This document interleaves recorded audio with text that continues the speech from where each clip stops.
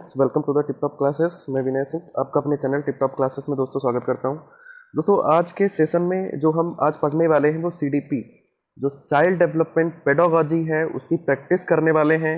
बेहतरीन क्वेश्चन के साथ हम अपने इस वीडियो में हाजिर हुए हैं और आपको कमेंट करके बताना है कि आज के सेशन में कितना क्वेश्चन आपका सही हो जा रहा है। ठीक है, उसके अलावा अगर आप जो है चैनल से जुड़े नहीं हैं, अभी नए यूज़र्स हैं, अभी भी चैनल को सब्सक्राइब नहीं किए हैं, तो मित्र चैनल को सब्सक्राइब कर लीजिए जिससे हर अपडेट जो है आपको मिल सके और आप जो है इस चैनल पे अपने स्टडी पर्पस को और अच्छे से मजबूत बना सकें।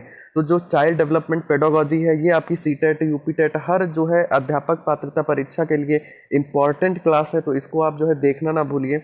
लगातार कंटिन्यू हमारे द्वारा आपको प्रैक्टिस दिए जा रहे हैं, तो अगर इसके पहले की क्लासें आपने नहीं ली हैं तो डिस्क्रिप्शन बॉक्स में उसका लिंक प्रोवाइड कर दिया जाएगा। पीडीएफ के लिए भी आपको लिंक दिया जाएगा, वहां से जाके आप जो है उन क्लासों का आनंद ले सकते हैं। तो दोस्तों आज के सेशन की तरफ हम बढ़ते हैं।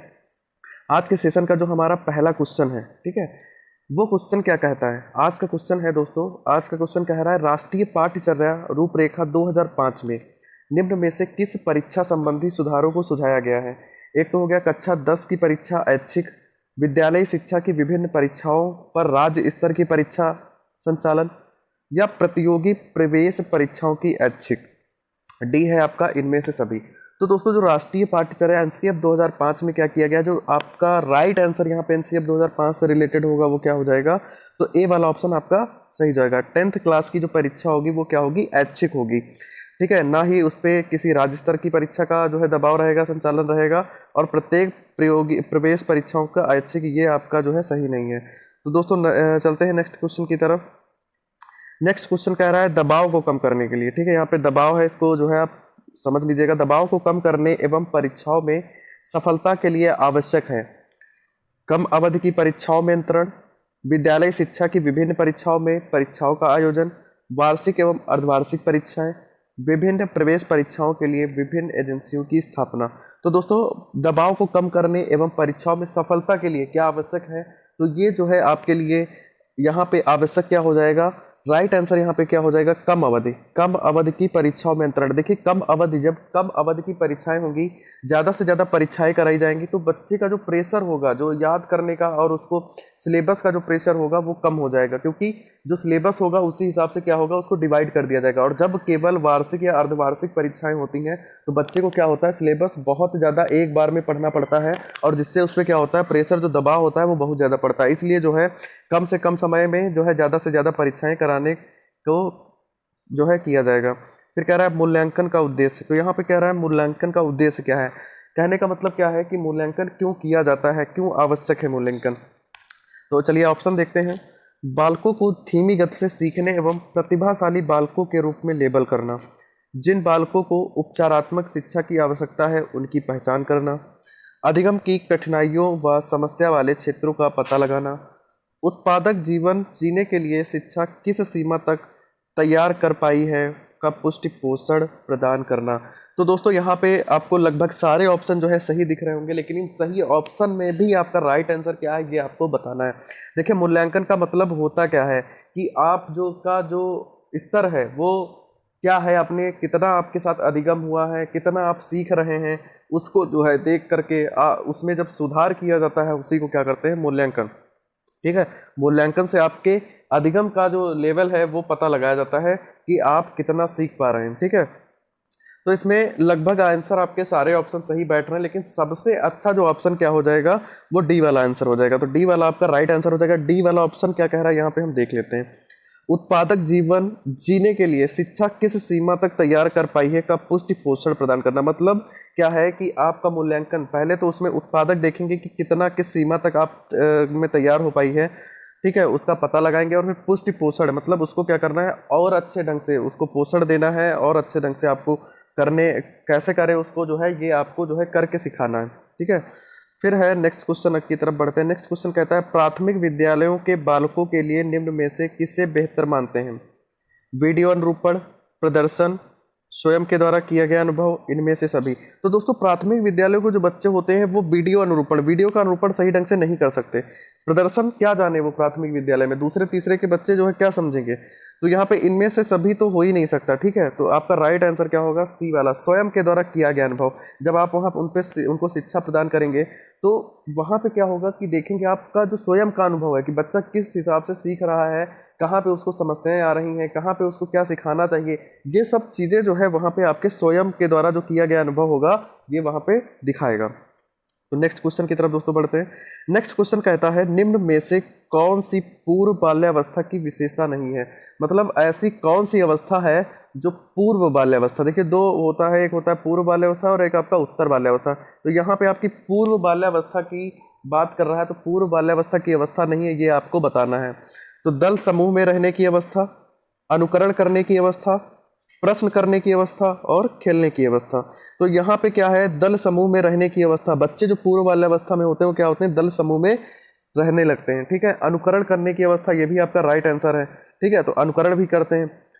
और फिर क्या कह रहा है, प्रश्न करने की अवस्था। तो यहाँ पे जो प्रश्न करने की अवस्था है ये आपका गलत है, और सॉरी ये आपका सही है, प्रश्न भी करते हैं, सॉरी ये आपका गलत है। ये जो है प्रश्न करने की अवस्था जो होता है ये किसमें आपका डेवलप हो जाता है, तो ये उत्तर बाल्यावस्था में डेवलप हो जाता है। डी खेलने की अवस्था, ये भी सही। तो आपसे क्वेश्चन क्या कह रहा था, आपसे क्वेश्चन कह रहा था कि ऐसी कौन सी पूर्व बाल्यावस्था की विशेषता नहीं है, आपको विशेषता नहीं बताना है, ठीक है। आपको क्वेश्चन अच्छे से पढ़ना है, अगर वहाँ पे नहीं इंक्लूड है तो ये आपको जो है बहुत अच्छे से देखना है। हमारे सीटेट में सबसे ज़्यादा क्वेश्चन इस टाइप से आते हैं और बहुत ज़्यादा गलत भी होते हैं, तो आप इनको जो है ध्यान रखेंगे। तो यहाँ पे कह रहा है विशेषता नहीं है, तो जो प्रश्न करने की अवस्था होती है ये दोस्तों आपकी कहाँ हो जाएगी, ये उत्तर बाल्यावस्था में आपकी डेवलप होती है, ठीक है। तो अब आप इसको समझ गए होंगे। फिर नेक्स्ट क्वेश्चन की तरफ बढ़ते हैं। नेक्स्ट क्वेश्चन दोस्तों क्या कह रहा है हमारा, नेक्स्ट क्वेश्चन कह रहा है उत्तर बाल्यावस्था में बालक भौतिक वस्तुओं के किस आवश्यक तत्व में परिवर्तन समझने लगते हैं। मतलब उत्तर बाल्यावस्था में ऐसी कौन सी जो है भौतिक वस्तुएं हैं, ठीक है, जिनके बारे में बच्चे क्या करते हैं, परिवर्तन समझने लगते हैं। एक तो आपका द्रव्यमान, द्रव्यमान और संख्या, संख्या, द्रव्यमान, संख्या और क्षेत्र। तो यहाँ पे जो आपका राइट आंसर होगा वो क्या हो जाएगा, देखिए उत्तर बाल्यावस्था जो है 6 वर्ष से अधिक होती है, ठीक है। और 6 वर्ष से अधिक का बच्चा वो द्रव्यमान के भी बारे में समझता है, संख्या के भी बारे में समझता है और क्षेत्र के भी बारे में समझता है, ठीक है। आप किसी भी बच्चे से अगर आप पूछ लोगे, कोई भी बच्चा सामान लेने जाता है तो उसको पता होता है कि कौन सी चीज़ केजी में आपको मिलती है, कौन सी लीटर में आती है, ठीक है, और कौन से जो है संख्या किस हिसाब से है, पैसे वगैरह दीजिए वो तुरंत बता देगा, किस क्षेत्र में रहता है, क्या प्लेस है, इसके भी बारे में वो समझने लगता है। तो डी वाला जो है इसमें क्या हो जाएगा, आपका राइट आंसर हो जाएगा। नेक्स्ट क्वेश्चन की तरफ बढ़ते हैं दोस्तों। यहाँ पे नेक्स्ट क्वेश्चन आपका क्या कह रहा है, नेक्स्ट क्वेश्चन आपका कह रहा है विकास का अर्थ है, ठीक है। विकास का अर्थ है, विकास का क्या अर्थ है ये आपको बताना है। परिवर्तनों की उत्तरोत्तर श्रृंखला, अभिप्रेरणा के फलस्वरूप होने वाले परिवर्तनों की उत्तरोत्तर श्रृंखला, अभिप्रेरणा एवं अनुभव के फलस्वरूप होने वाले परिवर्तनों की उत्तरोत्तर श्रृंखला, परिपक्वता एवं अनुभव के फलस्वरूप होने वाले परिवर्तनों की श्रृंखला।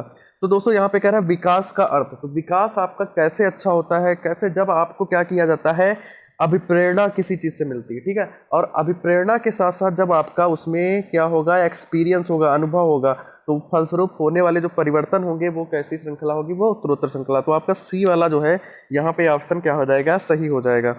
फिर दोस्तों नेक्स्ट क्वेश्चन की तरफ बढ़ते हैं। नेक्स्ट क्वेश्चन आपका क्या कह रहा है, नेक्स्ट क्वेश्चन कह रहा है विकास के संदर्भ में निम्न में से कौन सा कथन सत्य नहीं है। मतलब ऐसा कथन बताना है जो सत्य नहीं है, ठीक है, नई चीज को आपको ध्यान रखना है। तो विकास की प्रत्येक अवस्था के अपने खतरे हैं, विकास उकसाने बढ़ावा देने से नहीं होता है, विकास सांस्कृतिक परिवर्तनों से प्रभावित होता है, विकास की प्रत्येक अवस्था की अपनी विशेषताएं हैं, ठीक है। तो यहाँ पे कह रहा है विकास की ऐसा कौन सा कथन है जो सत्य नहीं है विकास के संदर्भ में।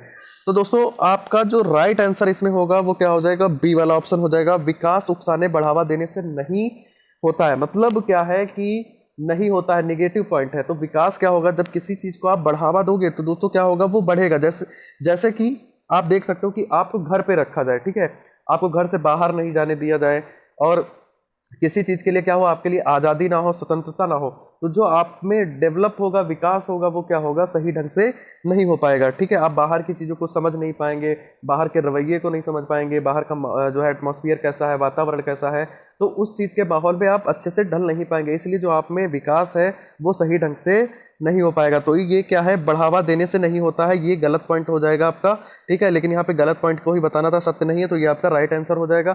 अगर यहाँ पे जो है विकास क्या होता है, सत्य है, तो ये जो है ये आपका सही हो जाता है। जो है बढ़ावा देने से क्या होता है, विकास बढ़ता है, ठीक है। फिर नेक्स्ट क्वेश्चन की तरफ बढ़ते हैं।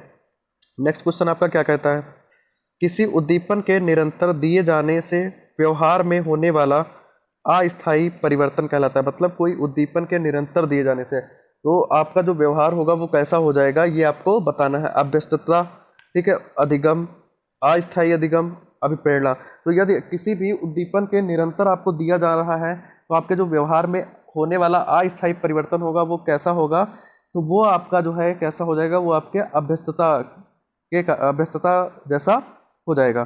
फिर नेक्स्ट क्वेश्चन की तरफ हम बढ़ते हैं। नेक्स्ट क्वेश्चन क्या कह रहा है, नेक्स्ट क्वेश्चन कह रहा है कि किस विद्यार्थियों की अभिवृत्तियों, विकास की अभिवृत्तियों में परिवर्तन के लिए निम्न में से किस विधि का प्रयोग अध्यापक को नहीं करना चाहिए। मतलब ऐसा आपको बताना है कि ऐसी कौन सी विधि है जिसमें अभिवृत्तियों में परिवर्तन के लिए निम्न में से कौन सी विधि का प्रयोग जो है अध्यापक को नहीं करना चाहिए। एक तो है दबाव से किसी बात या विचार के लिए राजी करना, किसी विचार को दोहराना अथवा दृढ़तापूर्वक व्यवहार, किसी प्रशंसनीय व्यक्ति के द्वारा समर्थन एवं स्वीकृत संदेश के साथ साहचर्य स्थापित करना। तो दोस्तों यहाँ पे कह रहा है कि अध्यापक को कौन सा काम नहीं करना चाहिए, ठीक है। तो कौन सा जो है अभिवृत्तियों को लेकर के नहीं करना चाहिए, तो राइट आंसर क्या हो जाएगा, दबाव से किसी बात या विचार के लिए राजी करना। मतलब आप किसी को भी फोर्स करके किसी भी स्टूडेंट को उसको किसी भी बात के लिए या विचार के लिए राजी नहीं कर सकते, ये जो है आपके लिए बहुत गलत बात रहेगी। तो आप किसी भी स्टूडेंट पे प्रेशर नहीं डाल सकते, ठीक है। वो ये जो है आपके लिए यहाँ पे जो सही आंसर होगा वो क्या हो जाएगा, ए वाला हो जाएगा। तो दोस्तों कमेंट बॉक्स में कमेंट करके बताइए कि आज का सेशन कैसा लगा। वीडियो को अगर लाइक नहीं किए हैं तो लाइक करिए, शेयर करिए, चैनल को सब्सक्राइब कर लीजिए, ठीक है। और पुराने वीडियो जो आपने अभी भी प्रैक्टिस सेट नहीं देखे हैं उनको भी देखते रहिए। तो जल्दी ही मिलेंगे दोस्तों नए जो है क्लास की तरफ, नए सेट प्रैक्टिस सेट की तरफ, ठीक है। तब तक के लिए दोस्तों नमस्कार।